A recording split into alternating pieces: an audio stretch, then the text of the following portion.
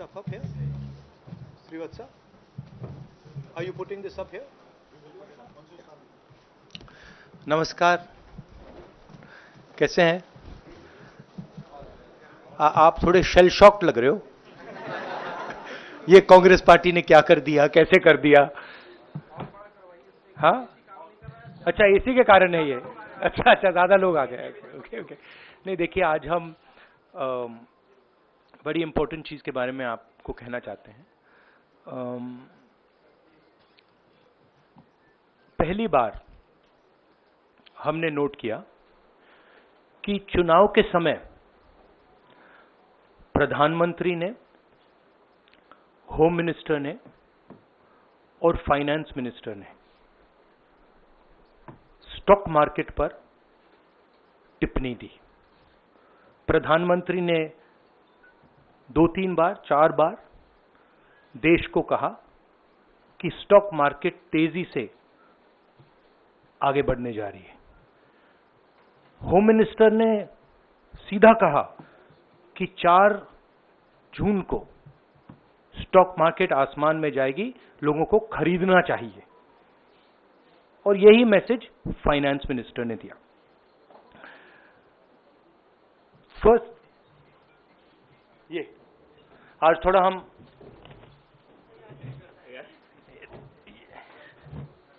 तो ये क्रोनोलॉजी है। अमित शाह कहते हैं बाय शेयर्स बिफोर 4 जून। 19 में नरेंद्र मोदी जी कहते हैं stock market will break records on June 4। फिर 28 मई को रिपीट करते हैं। 1 जून मीडिया झूठे एग्जिट पोल रिलीज करती है। बीजेपी का ऑफिशियल जो इंटरनल सर्वे था वो उनको 220 सीट दे रहा था। तो ये इंफॉर्मेशन बीजेपी के लीडर्स के पास था। इंटेलिजेंस एजेंसीज ने 200 और 220 के बीच में सरकार को बताया था कि उनकी सीट्स आ रही हैं।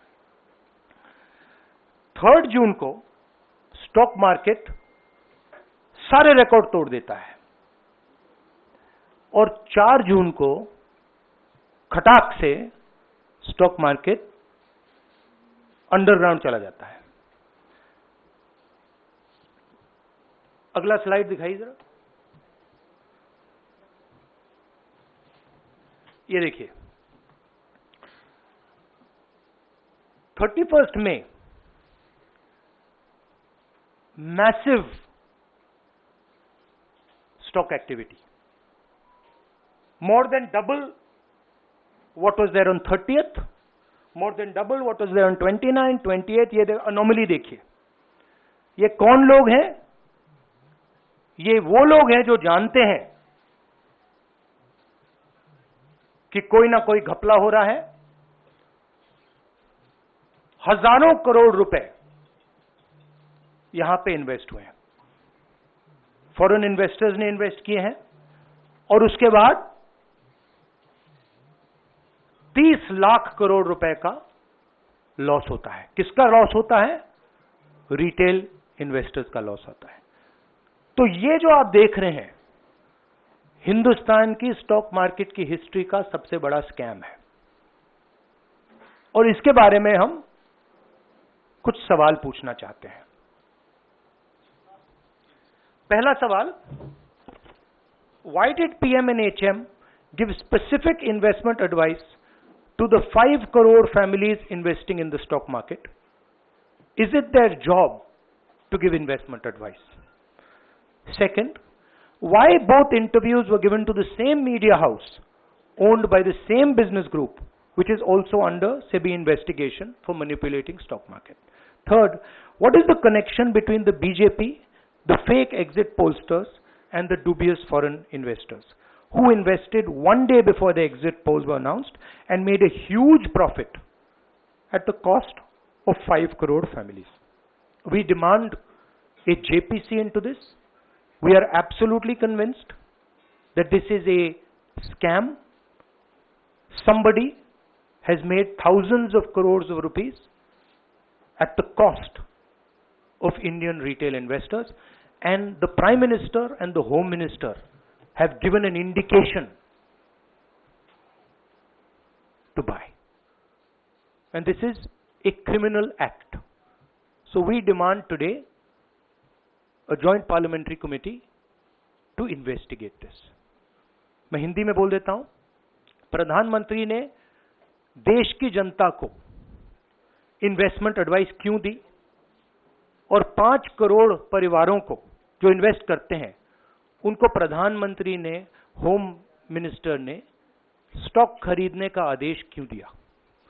दूसरा, दोनों इंटरव्यूज जो किए गए थे वो अदानी जी के जो चैनल्स हैं उनको दिए गए थे, उन पर सेबी का इन्वेस्टिगेशन हो रहा है, तो उन चैनल्स का क्या रोल है। और बीजेपी के बीच में जो फेक एग्जिट पोलस्टर्स हैं और ये जो फॉरेन इन्वेस्टर्स हैं, इनके बीच में क्या कोई रिश्ता है, और अगर रिश्ता है तो क्या है। हम जेपीसी चाहते हैं, हम इन्वेस्टिगेशन चाहते हैं, और देश इसकी सच्चाई जानना चाहता है। धन्यवाद। शुक्रिया राहुल जी।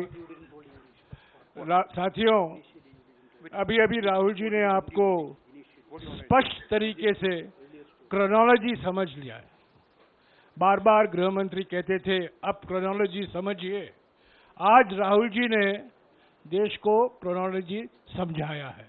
इसके ऊपर अगर आपके सवाल हैं तो एक एक करके आप पूछेगा, एक एक करके। I haven't said the chronology in English, so I'll say the chronology in English. 13th May 2024, the Home Minister says, buy shares before 4th of June. This is a clear indication to retail investors and others to buy stock. 19th May, for the first time, and then repeatedly until the 28th May, the Prime Minister says that the stock market is going to break records on 4th June. Finally, on 1st June, completely fictitious exit polls are released. These investors are given a completely wrong impression. And on the 3rd of June, as we all know, the stock market breaks all records and then crashes on the 4th of June. Whoever has made money as the stock market rose and also as the stock market crashed. And we are interested in having a joint parliamentary committee, a JPC, to investigate the role of the Prime Minister, the role of the Home Minister, role of BJP members, and also those people who have done these fake exit polls. And finally, we want to understand who are the people, these foreign investors, who did these trades. So we want an investigation for that. शुक्रिया राहुल जी। हाँ संजय।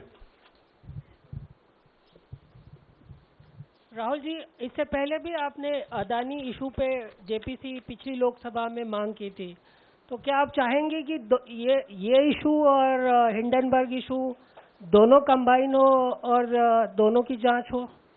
ये जो issue है, this is a broader issue than just the Adani issue. It is connected to the Adani issue, but this is a much broader issue. This is directly the Prime Minister of India, Home Minister, who are privy to data on actual election results, who have IB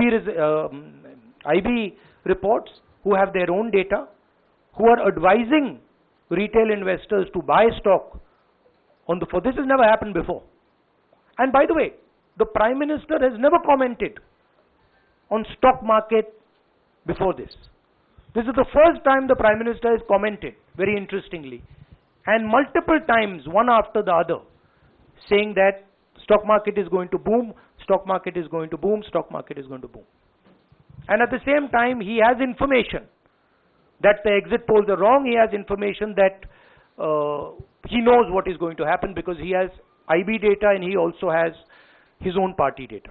हाँ जी रवि।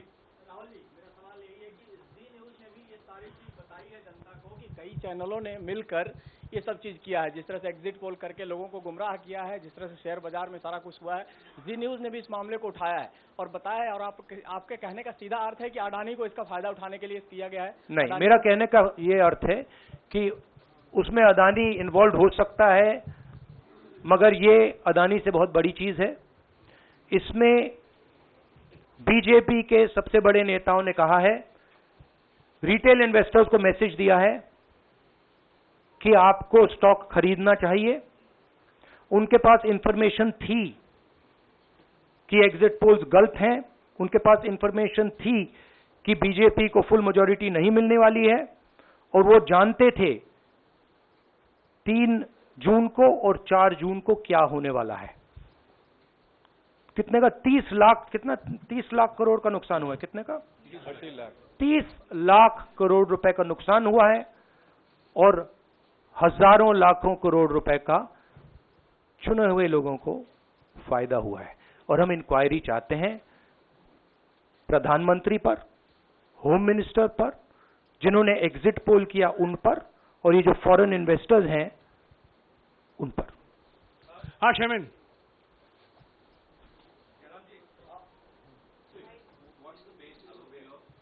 बहुत दूर है।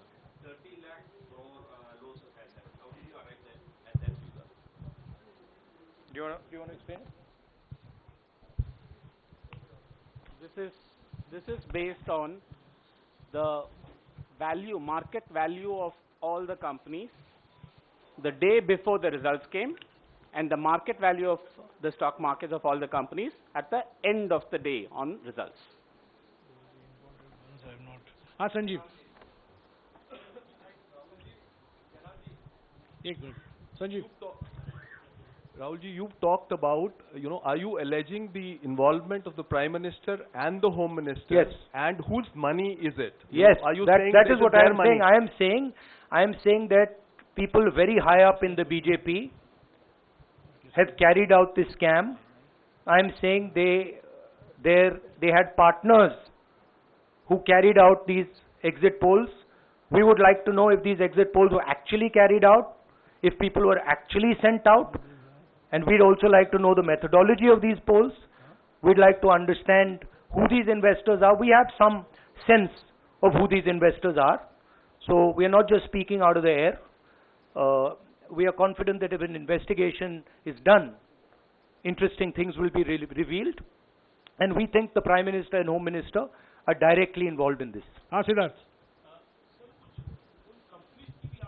जांच होनी चाहिए जिनके share बहुत up गए, जिनके सबसे ज्यादा शेयर खरीदे गए और जिनके शेयर उसके बाद में बीच में बेचे भी गए, तो उन कंपनीज का भी को भी इस दायरे में आना चाहिए, आपको लगता है? हमारा कहना है कि यहाँ पे बड़ा क्लियर है कि स्कैम हुआ है। प्रधानमंत्री ने डायरेक्टली कहा है, होम मिनिस्टर ने डायरेक्टली कहा है, इंडिकेट किया है जनता को कि स्टॉक मार्केट ऊपर जाएगी। होम मिनिस्टर ने तो साफ कह दिया कि खरीदना चाहिए, और जब प्राइम मिनिस्टर और होम मिनिस्टर और फाइनेंस मिनिस्टर ऐसी बात करते हैं तो उसका रिएक्शन आता है, लोग उसको बिलीव करते हैं। तो बिल्कुल क्लियर है कि इन 3 लोगों ने कहा है। यह भी क्लियर है कि इनको मालूम था कि रिजल्ट 400 का नहीं है, 300 का भी नहीं है। तो ये हम पता लगाना चाहते हैं, उसमें आप जो कह रहे हो वो भी शामिल है। राहुल जी, ब्रह्म प्रकाश दुबे, इंडिया डेली लाइफ से। मेरा सवाल यह है कि जो आपने बताया है इतना बड़ा स्कैम है, पहले भी आपने कई मामले उठाए हैं, जेपीसी की मांग पहले नहीं मांगी गई है, तो क्या आपने कहा ये आपराधिक मामला है, क्या कोर्ट में जाएंगे या पुलिस में शिकायत दर्ज करेंगे? क्योंकि आप कह रहे हैं बहुत बड़ा घोटाला है ये। नहीं भैया, मैंने अभी आपको बोला हम जेपीसी डिमांड कर रहे हैं, इन्वेस्टिगेशन डिमांड कर अगर रहे नहीं मांगते तो पुलिस में, कोर्ट में जाएंगे? जो भी करना है करेंगे, बट हम आपको ये इंफॉर्मेशन दे रहे हैं कि ये जो हुआ है ये नॉर्मल चीज नहीं है। इसमें प्रधानमंत्री ने इंडिकेशन दिया है, होम मिनिस्टर ने इंडिकेशन दिया है, फाइनेंस मिनिस्टर ने इंडिकेशन दिया है, अदानी जी के चैनल्स के थ्रू इंटरव्यूज किए हैं, और फाइनली लोगों ने इन्वेस्ट किया है, लोगों ने फाइनेंशियल एक्शन लिया है, कंपनीज ने शेयर खरीदे हैं। इसी विषय पर, इसी विषय पर इस स्टॉक मार्केट घोटाले पर ही हम सवाल ले रहे हैं। मौसमी, इसी विषय पर कीजिएगा बस। एक मिनट, आ रहा हूँ यार, एक मिनट। राहुल जी, एक करके आ रहा हूँ यार।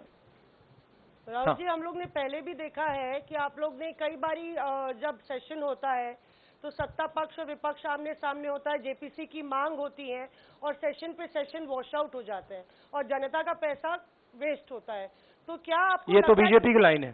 तो क्या नहीं, मतलब जनता का पैसा का सेशन वाटर, आप ऐसी टी शर्ट ले लो ना एक, मैं आपको दे दूंगा, जरूरत नहीं है। उनका वो सिंबल दे दूंगा आपको, ये उनकी लाइन है। सवाल आपको पसंद नहीं आए वो अलग बात है, पर आपको किसी नहीं, की सवाल मुझे बहुत पसंद आ रहा है। इस तरह से उंगली उठाने की जरूरत नहीं। आप चेक बहुत अच्छा लग रहा है, बोलिए। बीजेपी का बैच पहनने की आप जरूरत सवाल नहीं। पूछे ना, सवाल नहीं, आपको भी जयराम साहब ये बोलना चाहिए। नहीं, सवाल गलत बात है। सवाल पूछे।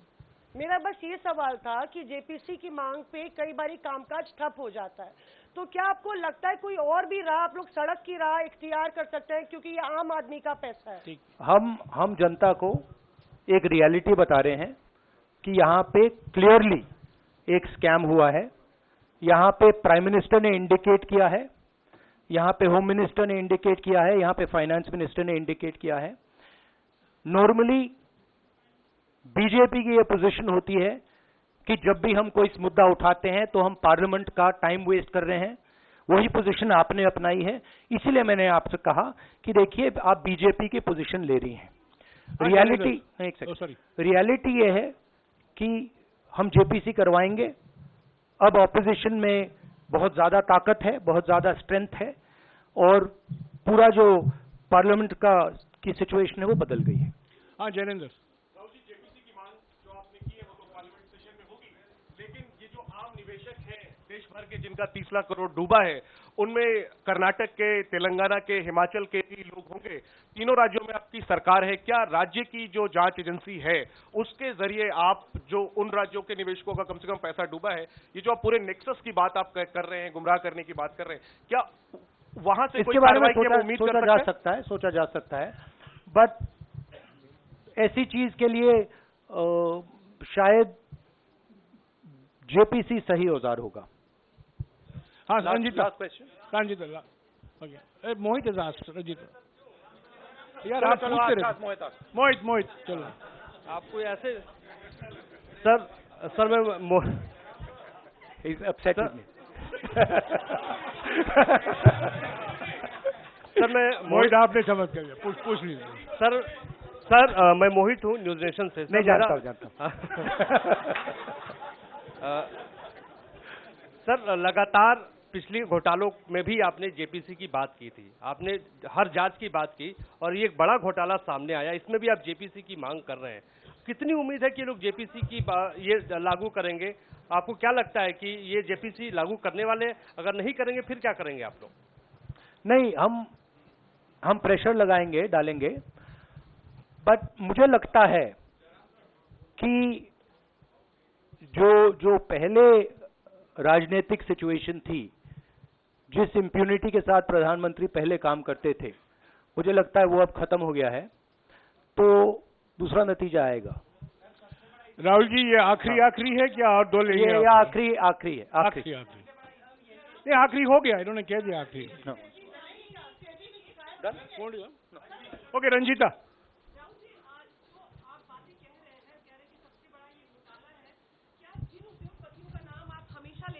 चुनावी जो रैलियां रही हैं उसमें भी और उसके बाद भी, क्या आप कहना चाहते हैं कि सरकार ने मदद की है उन उद्योगपतियों को और अमीर बनाने में? नहीं, मैं कह रहा हूं, मैं सिर्फ सरकार की बात नहीं कर रहा हूं, मैं दो इंडिविजुअल्स की बात कर रहा हूं। प्रधानमंत्री ने और हिंदुस्तान के सब रिटेल इन्वेस्टर्स जिनको नुकसान हुआ है, मैं आपसे बोल रहा हूं, आपको ये बात समझ आ जाएगी। आपका पैसा गया है, आपकी कमाई गई है, आपको नुकसान हुआ है, और इसमें करोड़ों युवा हैं जो ईमानदार हैं। तो नरेंद्र मोदी जी ने, अमित शाह जी ने आपको मैसेज दिया कि 4 तारीख को स्टॉक मार्केट आसमान छुएगी, और आपने उन पर भरोसा किया। मगर सच्चाई ये थी कि नरेंद्र मोदी को मालूम था कि 4 जून को स्टॉक मार्केट आसमान नहीं छुएगी, 4 जून को स्टॉक मार्केट का जबरदस्त नुकसान होने जा रहा है, क्योंकि उनके पास इंटेलिजेंस की रिपोर्ट थी और बीजेपी का जो इंटरनल असेसमेंट था 220 सीट का, वो उनके हाथ में था।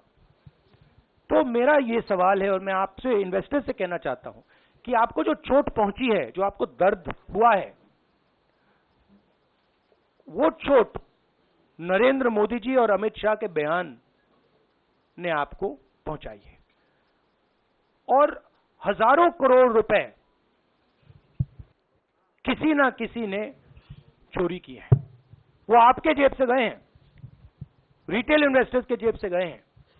तो मैं चाहता हूं, आपके लिए बोल रहा हूं, मैं आपके लिए बोल रहा हूं कि इन्वेस्टिगेशन होना चाहिए, पता लगाना चाहिए कि प्रधानमंत्री जी ने, होम मिनिस्टर ने आपको ये गलत इंफॉर्मेशन क्यों दी, और ये कौन लोग हैं, इन्वेस्टर्स जो हैं, फॉरेन इन्वेस्टर्स हैं, जिन्होंने इस दिन फायदा उठाया। ये देखिए ग्राफ है, ये रेड चार्ट जो है, इसको देख लीजिए। ये नॉर्मल ट्रेडिंग है, ये नॉर्मल ट्रेडिंग है, ये ग्रे वाली नॉर्मल ट्रेडिंग है, और ये जो ट्रेडिंग है ये अबनॉर्मल ट्रेडिंग है, ये 2-3 गुना है, और फिर ये हुआ है नुकसान। तो ये नरेंद्र मोदी जी और अमित शाह से मैं पूछ रहा हूं कि आप में इसमें आपका क्या रोल था, और रिटेल इन्वेस्टर्स के लिए पूछ रहा हूं, आपकी मदद के लिए, आपकी मदद करने के लिए पूछ रहा हूं, और इन्वेस्टिगेशन होगा तो आपके लिए होगा। धन्यवाद, शुक्रिया। Thank you.